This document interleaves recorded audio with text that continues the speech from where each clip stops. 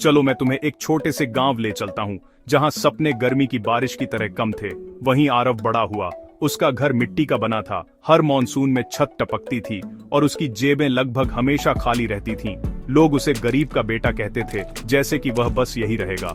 पर यहाँ एक ट्विस्ट है। आरव के पास कुछ ऐसा था जो उसके आसपास के ज्यादातर लोगों के पास नहीं था, सपने, और वे बहुत बड़े थे। वह सूरज उगने से पहले उठ जाता, अपने पिता की कड़ी मेहनत में मदद करता और स्कूल के लिए भागता। उसके जूते घिसे हुए थे, पर उसका इरादा पहले जितना ही मजबूत था। जब टीचर ने पूछा, बड़े होकर तुम क्या बनना चाहते हो, आरव का जवाब हमेशा एक ही होता था, मैं कुछ महान बनना चाहता हूँ, कोई ऐसा जिस पर मेरा गांव गर्व कर सके।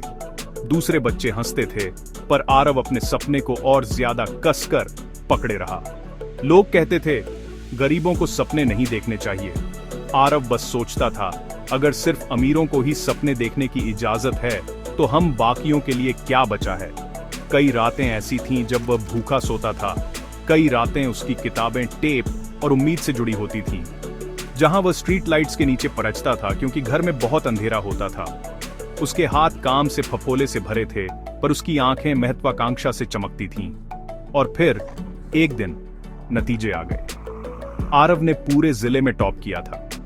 वही लोग जिन्होंने कभी उसका मजाक उड़ाया था, अचानक वे चुप हो गए। आरव ने सिर्फ एक एग्जाम पास नहीं किया था, उसने अपनी परिस्थितियों पर जीत हासिल की थी। सालों बाद आरव वापस आया, अब गरीब का बेटा नहीं बल्कि एक कामयाब इंसान था। उसने अपने गांव में एक स्कूल बनवाया, किताबें बांटी और हर बच्चे को याद दिलाया, मैं गरीब था पर मेरे सपने कभी गरीब नहीं थे।